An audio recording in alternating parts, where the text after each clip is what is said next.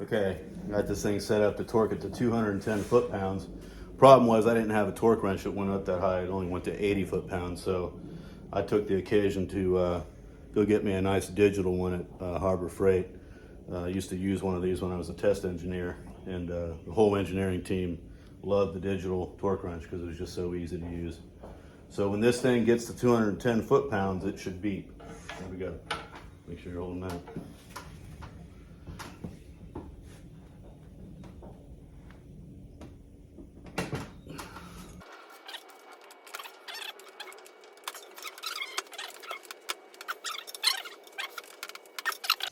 We got it set to 190. I'm just curious. Alright, we're set up for it now. Had to add some shim. It was 65 thousandths. I added some, and so it's now 82 thousandths of preload shim. And I'm trying to get to 198 right now. You got a hold of that? Yeah, I got the one. Okay, we're at 198. You just got to go to 210.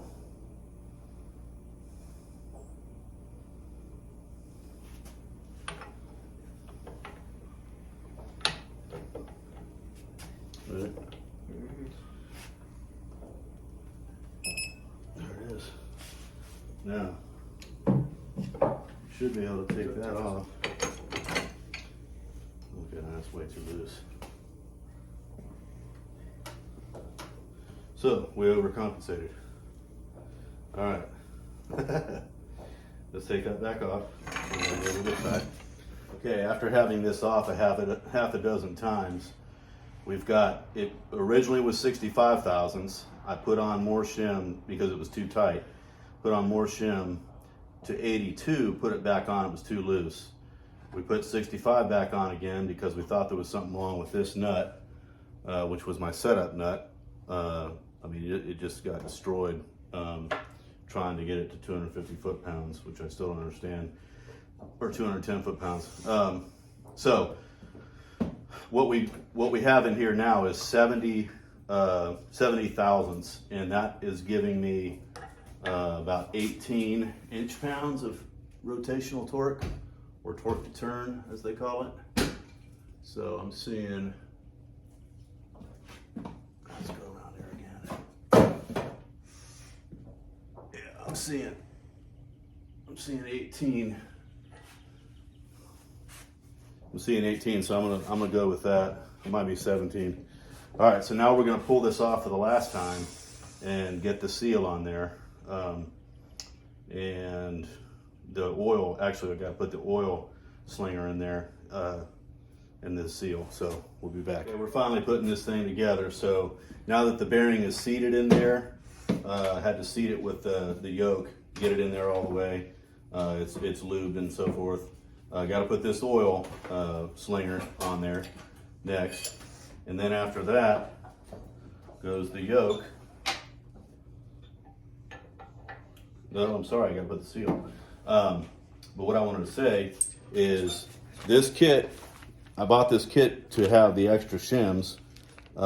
Didn't actually even need them, but because I had to use the nut from the G2 Master Kit, and it's, you know, been on and off of there about 4 or 5 times, I am going to use the nut and the washer from this. So that's the most expensive nut and washer I've ever bought. It's $40 right there. So because I can't return the kit with, you know, no nut and washer. So I'm going to get the seal prepped, and we're ready to go. Okay, we're going in with the seal. Seal's got some black RTV on it to try to keep any oil from getting past it. I'm gonna put that in there like that. Oh, my hammer.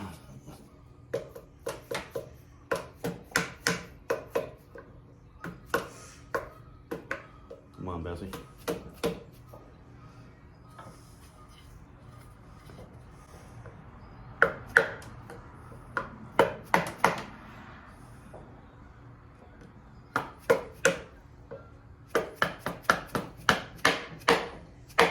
Watch that stuff there.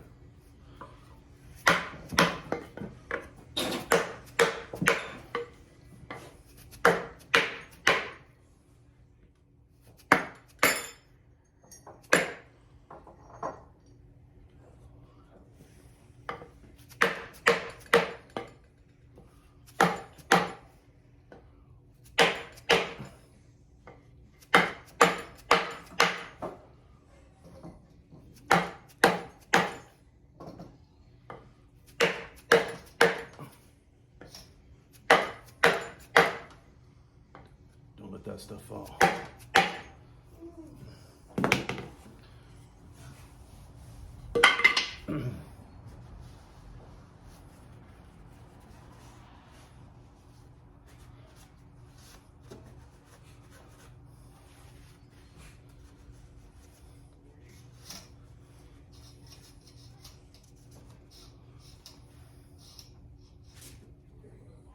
Or hold that pinion.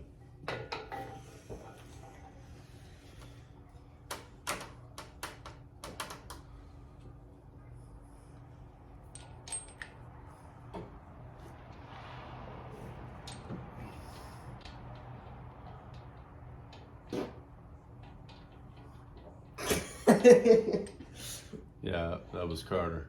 No, that was you. Yeah, right. I wonder if you So this nut has an interference thread on it. So when it gets put in place, it's not going to want to back out. You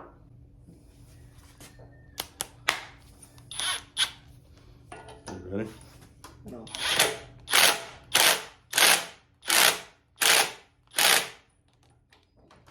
Let's do the torque wrench. All right. Got our torque wrench set for 210 foot-pounds, which is what the manual calls for. Here we go.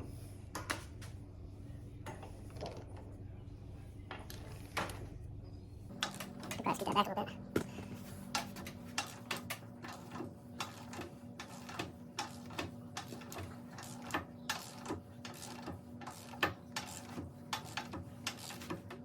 That's where I'm good.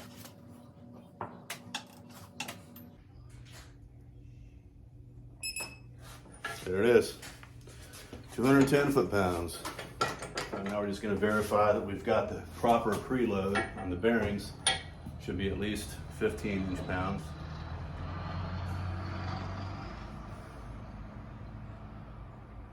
How did that happen? It's closer to that this time.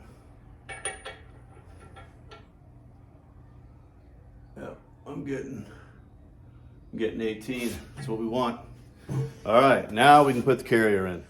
All right, so on the carrier, we've already got the shims added there, as mentioned before. So I'm simply going to add some gear oil to the bearings, so they've got some kind of lubrication going on in there, so they're not running dry when the thing first starts spinning. Although they won't be, because the oil level will be up. High enough, probably. Put some more there. These are already torqued down. This is ready to go. Oop. Okay, this is where it gets fun. Like, pull it sideways, I never show, yeah. Alright, so this is the, make sure these are clean.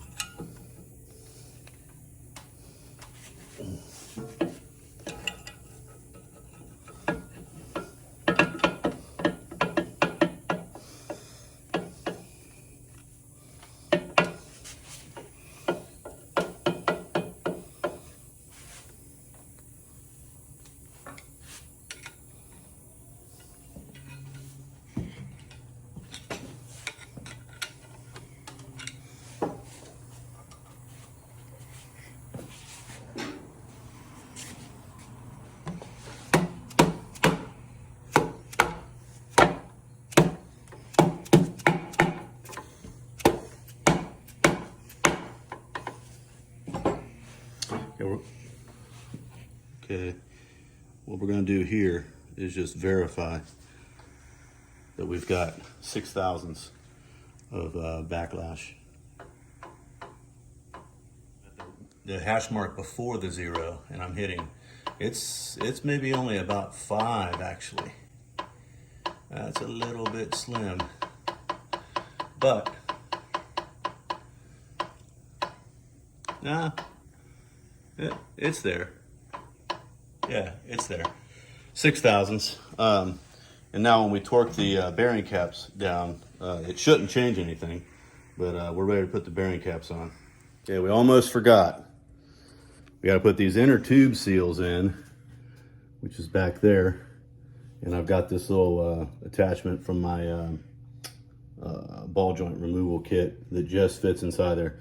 So Carter's gonna hold that 2x4 in place so we can get that knocked in with this pipe right here. Here we go.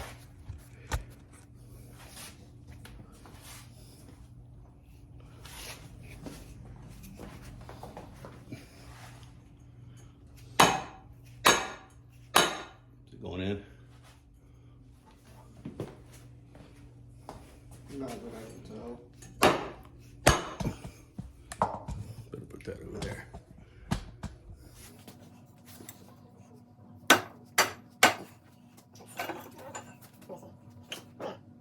It's all the way in, probably. Let's put that in there again.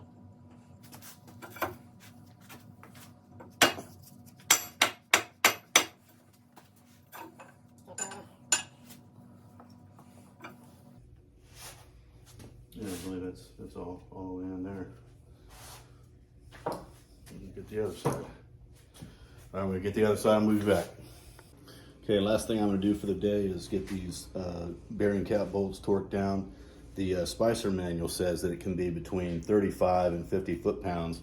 And so I'm gonna go ahead and go with 50 foot-pounds. I don't want these things backing off on me. There we go.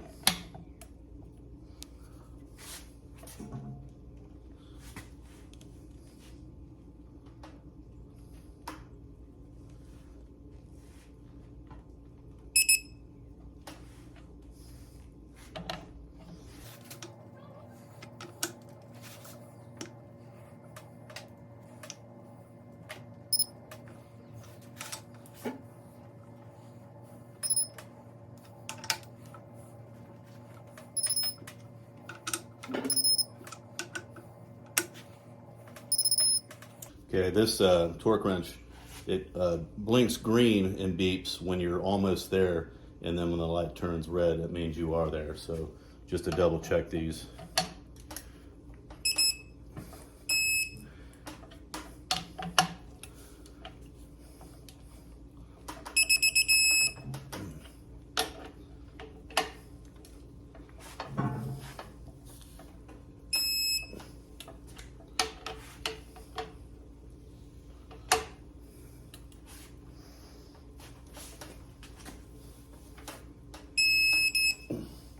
All right, we're there. And that's gonna wrap it up for today. Tomorrow, I'll finish cleaning this edge up a little bit. It's smooth, I just like it to be a little bit shinier, I guess, but I'll get some RTV on there, get the gasket on there, RTV on the other side of the gasket, and get the cover on. And this is done. All right, that's a wrap. Catch you guys next time.